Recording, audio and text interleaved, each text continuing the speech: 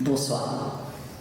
Vous comprendrez qu'il est très difficile de parler après avoir vu ce film, mais en même temps c'est peut-être aussi quelque part un devoir pour rappeler que aujourd'hui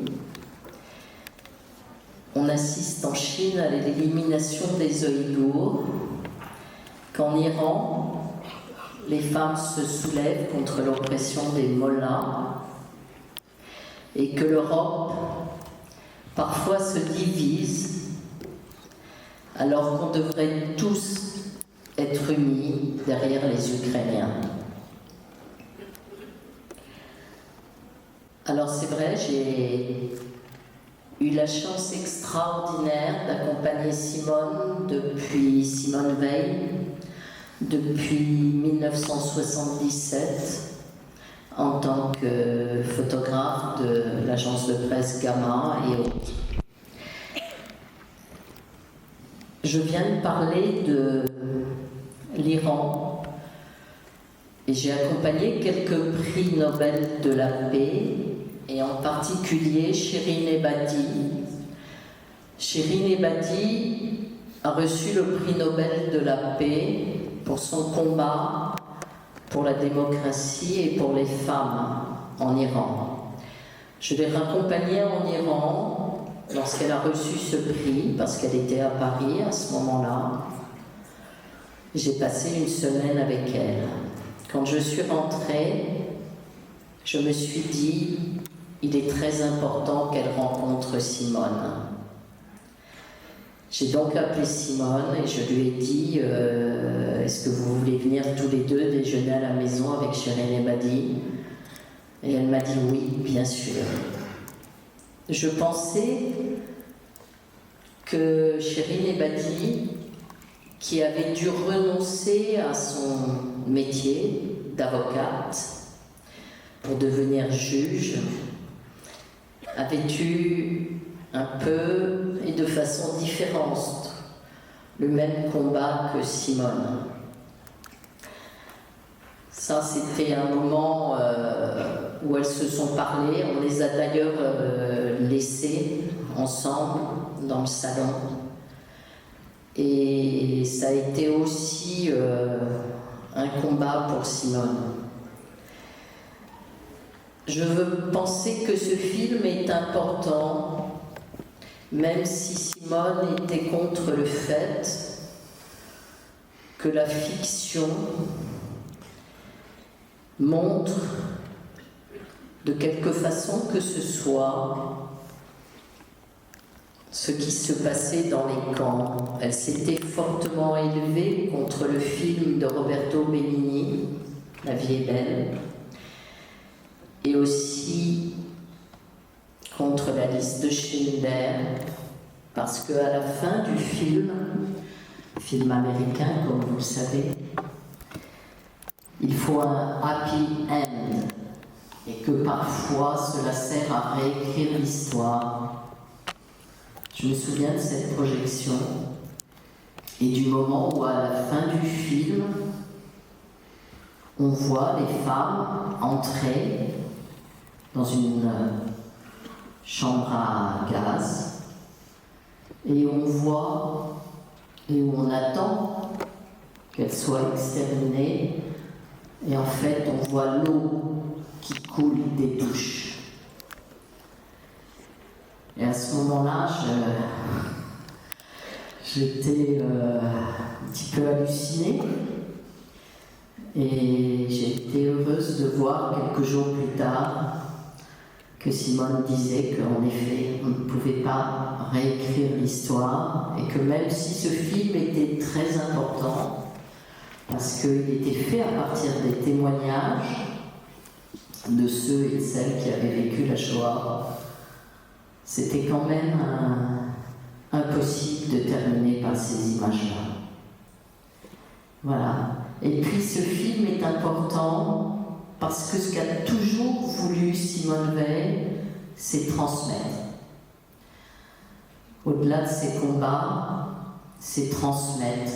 Transmettre aux jeunes Aujourd'hui, je suis accompagnée de ma nièce, Chloé, qui a 15 ans, qui a voulu venir voir ce film. Et je pense que les mots qu'elle vient de dire, quand le film s'est terminé, parce qu'on s'interrogeait un peu sur sa réaction, elle a dit non, c'est important parce que c'est la vérité. Voilà.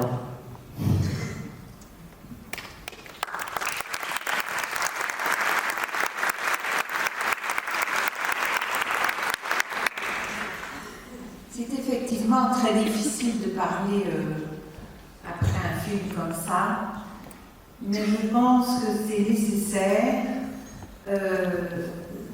nécessaire d'en parler parce que, comme vers la fin du film, on parle des faux prophètes, et des faux prophètes, il y en a énormément. Et donc, je pense que nous portons tous une responsabilité. Je pense que ce qu'a fait Simone Veil, c'est absolument inouï. Elle avait une mission, elle avait une force, et je pense que c'est un exemple pour nous, et que nous pouvons tous porter, chacun à sa mesure, un combat pour que les choses s'améliorent. Je ne sais pas si vous avez vu, mais Micheline a exposé des photographies qu'elle a prises de Simone Veil tout au long de 30 ans. Et pour ceux que ça intéresserait aussi, il y a une épée de l'Académie française qui est exposée et que je conseille à tout le monde de regarder. Moi, ce qui me passionne chez Simone Veil, c'est cette photo justement, c'est comme ça que je la vois, que tu as prise, et elle a un regard qui est très lointain. C'est un regard qui a toute cette perspective de la personne qui a souffert, qui a vu le pire que l'homme peut faire à l'homme. Elle a vu le pire qui puisse exister. Elle a la profonde connaissance du mal, mais son temps est très long. C'est comme ce regard un peu. L'autre jour, Madame l'ambassadrice parlait d'un temps qui est aujourd'hui, les choses se passent très vite, etc. Nous vivons un temps très court, très pressé, très immédiat. On ne pense pas vraiment à ce qu'on fait et il n'y a pas assez de temps de réflexion. Et comme le montre le film aussi, dans l'ex-Yougoslavie, on est passé vraiment à côté. C'est-à-dire qu'on a vu tout ça venir et on n'a rien fait. Et puis maintenant, il y a l'Ukraine. Et on ne peut pas laisser passer ça. C'est-à-dire qu'il y a un pays qui en a envahi un autre et nous ne pouvons pas laisser que des femmes soient violées, des jeunes filles soient violées, des jeunes enfants soient violés, torturés, tués, trucidés. Ça n'est pas possible. Nous sommes des êtres humains. Et donc je pense que c'est ça, c'est le combat de Simone Veil. Et c'est ça qu'elle a fait toute sa vie. C'est un temps de mémoire, un temps très long, qui se répercute dans le temps et qui va se répercuter dans le temps, autant de temps que toutes ces choses dureront. C'est quand même incroyable de penser qu'il y a un État qui est organisé d'une machine de guerre. On mettait des milliers de gens dans les wagons c'était tout très bien organisé. Donc on mettait tous ces gens dans un wagon et le but c'était de les tuer. C'est quand même extraordinaire. Et il n'y a pas si longtemps que ça. Mais ce que je retiens d'extraordinaire, c'est que Simone Veil, au lieu d'avoir cette haine, ce dégoût, cette souffrance qu'elle a toujours eue, cette violence, elle a canalisé toute cette haine, toute cette violence, tout ce dégoût, toute cette détresse. Et au lieu d'en faire quelque chose de négatif, eh bien, elle a fait quelque chose de positif. Et elle a mis, elle a combattu pour la laïcité. Et je pense que la laïcité, c'est une chose très importante. Il y a beaucoup d'entre nous ici qui avons étudié au lycée français Charles-Louis-Pierre. Et je pense que il y a des choses qu'on retient. Et la laïcité, c'est vraiment l'État qui est gouverné par les lois, et ces lois, elles sont au-dessus des religions, elles sont au-dessus de toute croyance. Ils n'appartiennent qu'au domaine privé. Et donc, c'est la lutte pour que le plus grand nombre de personnes, de populations, soient assurées d'avoir des droits. Et ça, c'est très important. Et puis, évidemment, elle a combattu pour les femmes, et puis, évidemment, pour l'Europe. Alors, l'Europe, moi, je suis bien contente parce qu'on n'est pas encore si divisé que ça. Attendons de voir. Non. Et puis, et donc voilà, et je vais finir vraiment en recommandant à tout le monde de voir l'épée, parce que cette épée, elle symbolise toute la vie de Simone Veil, tout son destin et toute sa vie. Dans le pommeau, il y a deux mains qui sont entrelacées et qui signifient la paix. Il y a des petits rubis qui représentent des larmes de sang. Il y a des flammes qui représentent les flammes des camps de concentration. Et il y a la devise de la France, donc d'une république laïque, liberté, égalité, fraternité, et de l'autre côté, il y a la devise de l'Europe, unie dans la diversité. Et je terminerai en disant une phrase qu'avait dit Jean d'Ormesson en l'accueillant à l'Académie française. Il lui avait dit comme l'immense majorité des Français, nous vous aimons, madame.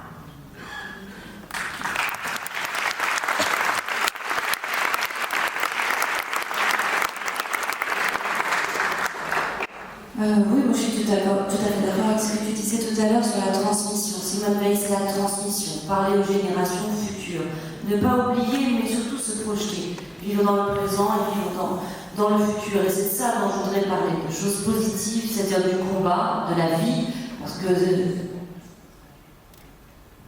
Oui, t'inquiète pas, je pense que ça va. J'ai l'habitude, t'inquiète pas. Ne t'inquiète pas, j'ai déjà fait, je pense que ça va. Et maintenant je perds mon idée. Oui, c'est bon, je vais retrouver. Donc la transmission, pardon. J'ai écrit un petit livre sur Simone Veil où je raconte que quand j'étais adolescente au Maroc, où j'ai grandi, j'avais un portrait de cette femme dans mon bureau, parce que je pense que comme beaucoup de jeunes filles, spécialement dans les années 80, c'est un peu moins vrai aujourd'hui, je cherchais des modèles de femmes auxquelles m'identifier, des modèles de femmes qui soient fortes, qui réussissent, qui incarnent des valeurs, qui ont un impact dans le monde, dans l'espace public. Il ne faut pas oublier que les combats de Simone Veil restent des combats importants aujourd'hui, et elles restent là, près de moi, dans mon bureau. Parce que ces combats, comme des millions d'autres femmes, j'ai envie de les mener. Je me considère profondément comme une féministe. Je suis une militante pour les droits des homosexuels. Il ne faut pas oublier que dans le monde actuel, encore aujourd'hui, toutes les 9 minutes, une femme meurt d'un avortement clandestin, que la plus grande démocratie du monde, ou appelée comme telle les États-Unis, sont en train de remettre en cause ce droit à l'avortement, et que l'analyse de Simone Veil était déjà à l'époque absolument excellente. Son analyse était de dire qu'en réalité, une loi qui ne s'applique qu'aux pauvres et que les riches peuvent contourner est forcément une mauvaise loi. Et elle a absolument raison, et elle a encore raison. Aux États-Unis, quand vous êtes pauvre, quand vous êtes noir, quand vous vivez dans une banlieue, vous avez plus de chances de tomber enceinte par accident et plus de chances de mourir d'un avortement clandestin.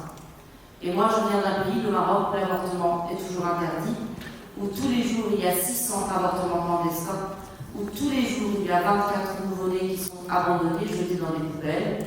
Donc c'est une réalité quotidienne qui est toute proche de nous, qui est là à quelques kilomètres de nous, et c'est un combat qu'il faut continuer à mener avec beaucoup de force, beaucoup de conviction.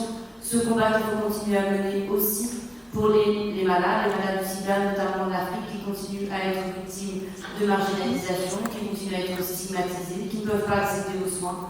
Là encore, pour les mêmes raisons que celles que Simone Veil évoquait déjà à l'époque, parce qu'il y a une différence entre les riches et les pauvres. Et dans son magnifique discours qu'elle fait à l'Assemblée nationale, elle s'adresse à l'Assemblée en disant qu'il y a deux types d'êtres humains. Il y a des êtres humains qui acceptent de détourner les yeux, qui acceptent de supporter que le malheur existe à côté d'eux et de ne rien faire pour lutter contre ce malheur et qui vont chercher plutôt le confort, la sécurité et se détourner de la réalité. Et puis il y a ceux qui, comme elle, ne pouvaient pas fermer les yeux. Et c'est comme ça qu'elle s'est toujours définie, comme une femme qui ne peut pas fermer les yeux. Et je crois que c'est ça qui définit aussi une démocratie, une société dans laquelle on avance ensemble, c'est une société où on ne ferme pas les yeux les uns vis-à-vis des autres. On est capable de se regarder tel qu'on est. Voilà.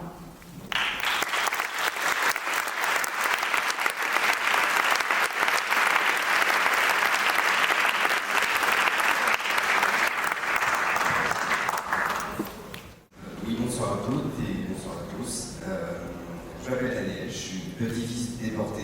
Malheureusement, mon grand-père n'a pas eu la chance d'en réchapper. Ce qui m'a frappé, moi, c'est l'humanité. En fait, Simone, on la connaissait à l'école, surtout par son histoire dans les camps de concentration, par ses combats pour le droit à l'avortement. Et au final, ce qui l'a défini mieux, c'est son humanité. C'est le fait qu'elle redonne de l'humanité aux gens. L'humanité, c'est le droit de décider par soi-même. De ne pas laisser les autres décider pour soi.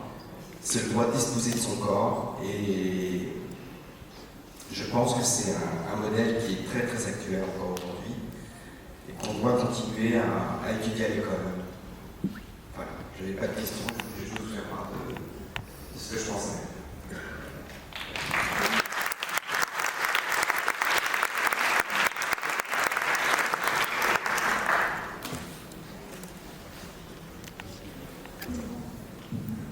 Est-ce qu'il y a des questions?